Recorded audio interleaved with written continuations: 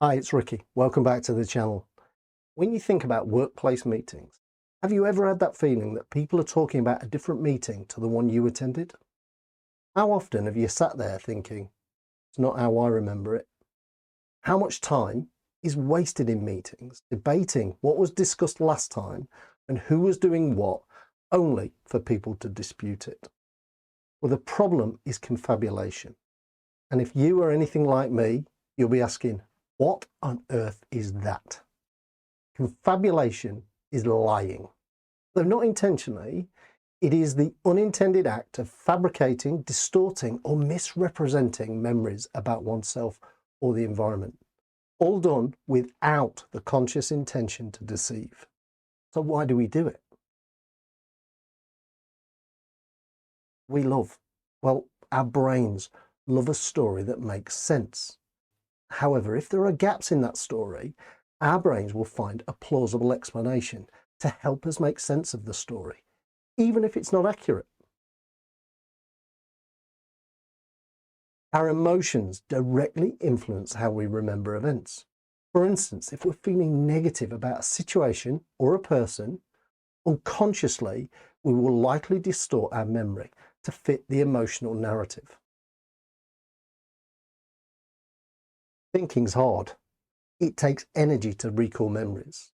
Cognitive effort becomes harder when we try to recall ambiguous or fragmented memories.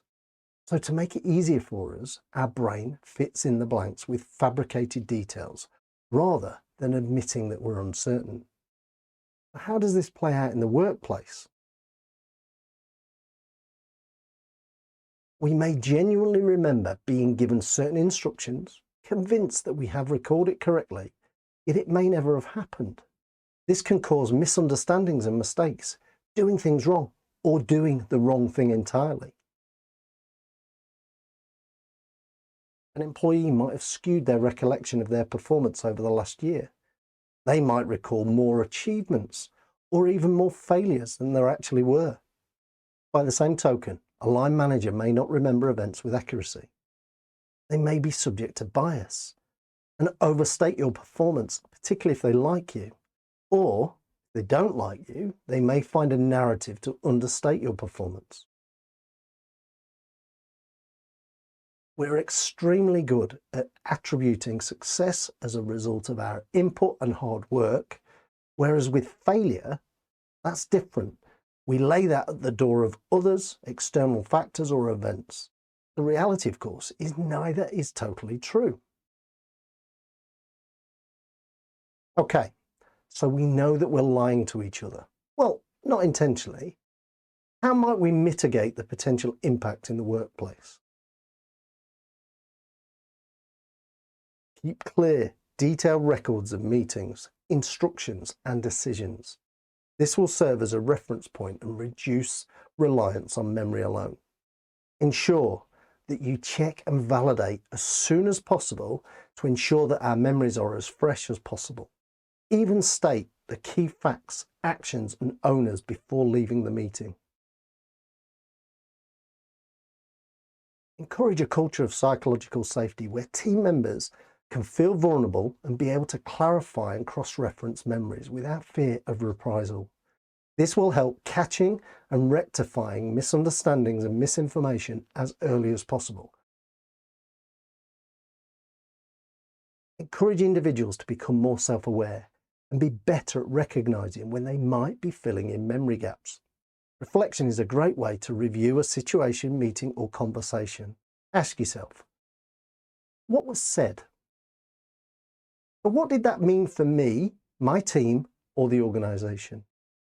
Now, what am I expected to do next? Even better, write down your reflections. It will help reinforce your memories and improve your recall.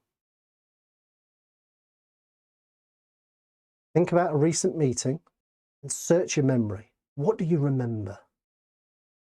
Who was doing what and by when? Next, cross-check those details with a colleague who also attended the meeting. What did they remember? Is it the same as you?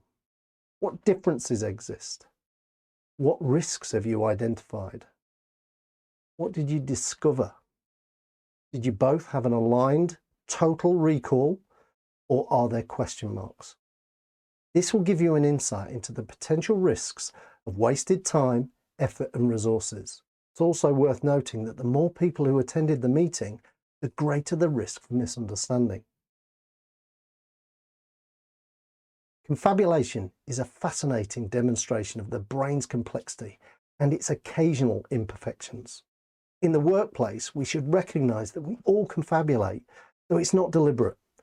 Creating a safe environment where people feel able to challenge and test will help expose potential misunderstandings. In meetings, we should diligently review what was said and what was agreed upon. Review every action, testing for understanding to mitigate or eliminate misinterpretation. We should reflect, ideally journal, or at least take notes to reinforce our memories and improve our recollections. If you liked our content, why not subscribe and click the bell to be notified of future content? Thanks for watching. We'll see you next time.